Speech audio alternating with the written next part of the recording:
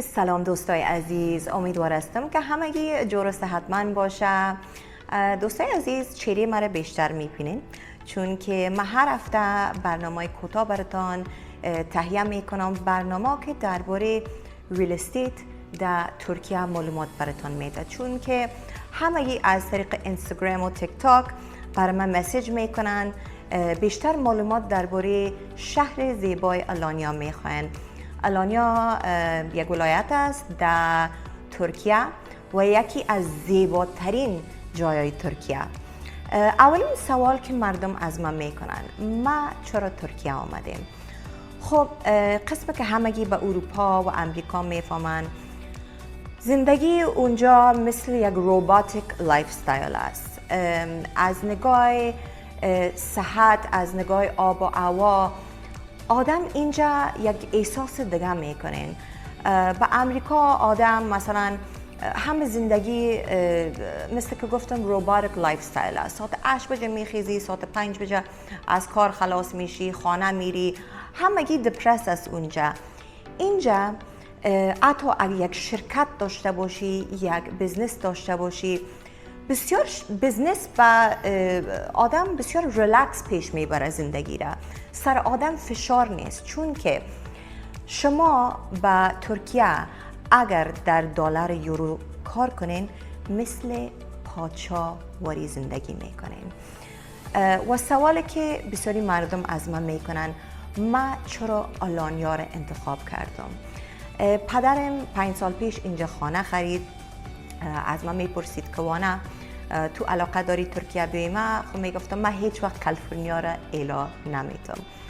اولین بار که اینجا آمدم، باور کنین من عاشق آلانیا شدم.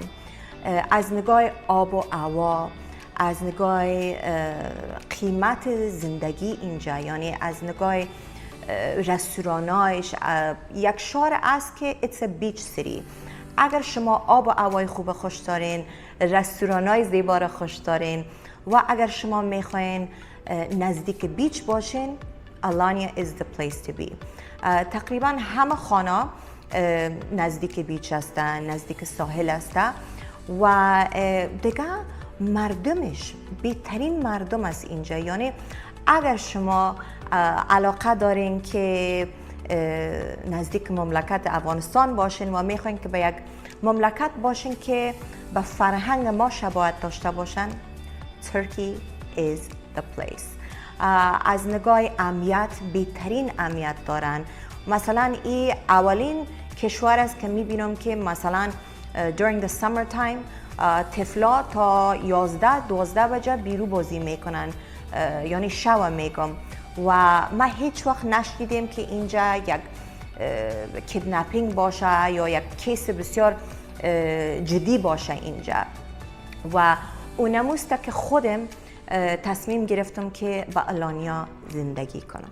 famous question که همگی سوال میکنن، چی رقم خانه، یعنی تصمیم بگیریم که خانه بخریم به ترکیه؟ اولین کار که بکنین، it's good to do your research and know the location. بفهمین که با کدام لوکیشن، با کدام شهر ترکیه شما میخواین خانه بخرین. و دوم، بودجه، باجت خود بفهمین که تا چقدر شما میخواین خرج کنین، تا چقدر میخواین اینجا خانه بخرین. و دیگه چی مهم است که یک ریل استیت ایجنت پیدا کنین که قانون بفهمه، قانون ترکیه را بفهمه، چون هر شهر قانونش فرق میکنه. و یک کس نباشه که یعنی بسیار پوشی باشه، چون اونا که یعنی بسیار شلم باشن، اونا از طریق یک سیلز پیش میرن، اونا اقام معلومات ندارن درباره قانونا. و این بسیار مهم است. سیلز ایجنتتان فکر میکنم مهمترین چیز است، چون که بسیاری افغانا که اینجا خانه خریدن مشکل دیدن کت ریل استیت ایجنت ها، باز پسان پیش من میاین که وانا جان ما یک مشکل داریم و اف کورس ما اونا رو کمک میکنم، چون هموطن خودم هستن، هم زبانم هستن. سوال دیگه که مردم دارن، what are the steps to purchasing a house؟ یعنی ما چی کار داریم که خانه بخریم. شما یک پاسپورت کار دارین. وقتی که پاسپورت داشته باشین، کت پاسپورتتان we will open a bank account and obtain a tax ID number. شما کت از او tax ID number میتونین خانه بخرین به ترکیه. و سوالی که همگی فکر میکنم دارن درباره اقامت است الان، که اقامت قانونایش یگان دفعه فرق میکنه و انگلیسی میگن رزیدنسی. مردم که اینجا میخواین دائمی زندگی کنن یعنی year round باید تا $200,000 خانه بخرین که اقامت بگیرین در ترکیه. قانونا هر چند ماه فرق میکنه، شاید قانون 6 ماه بعد فرق کنه و بگوین که مثلا تا 100,000 بخرین، مگر الان قیمت از $200,000. How much is starting prices on apartments in Alanya? قیمت های خانه را در آلانیا میخواه مردم بفهمه. اگر نیو کنسترکشن باشه، خانه باشه که آباد نشده، تقریبا 70,000. خوبی این خانه است که وقت که خانه خلاص شد، تمام شد، شما میتونین این خانه را برای 2 چند بفروشین. خانه دست دوم از $100,000 شروع میشه. اگر شما مثلا انطالیا رو خوش دارین، چون یگان تا میپرسن که آلانیا ارزان تر است یا انطالیا ارزان تر است، یعنی نسبت به خانه است که شما میخواین، کوالیتی خانه است که شما میخواین. من خودم یعنی از ما که بپرسین کدام شهر بهتر است، من آلانیا رو میگم، چون که اگر به آلانیا بخرین، آلانیا بهترین جای است برای اینوستمنت. و اگر برای اینوستمنت میخرین، شما میتونین خانه تانه با قیمت بسیار خوب کرا بتین و اونمو پول خود میتونین پس بسازین. چون که این یک شهر است که شهر توریستی است.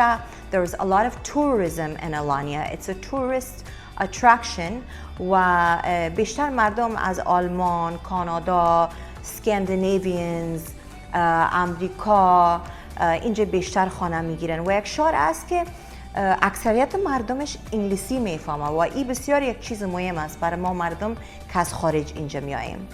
دوستای عزیز که علاقه دارن که خانه بخرن به ترکیه، میتونین از طریق شرکت خودم آریانا هومز بیشتر معلومات بگیرین و من 1000 دفعه کمکتان میکنم. من با یک شرکت دیگه کار میکنم که شرکت کنسترکشن است به نام سی پرل، که یک شرکت بسیار بزرگ است به آلانیا و بهترین آپارتمان ها دارن، یعنی از نگاه کوالیتی، از نگاه همه چیز تاپ کوالیتی استن.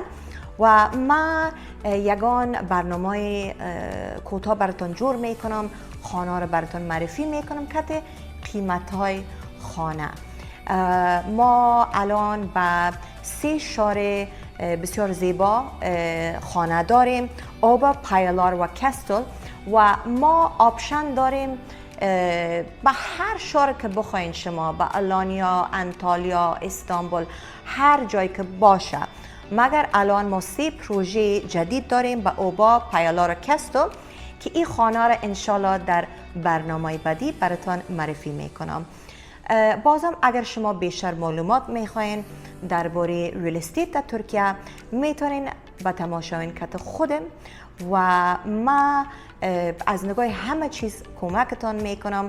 از نگاه هتل اکامودیشنز، وقتی که شما اینجا آمدین، یک ماشین وی آی پی رو براتون روان میکنیم که از میدان شما رو بگیره.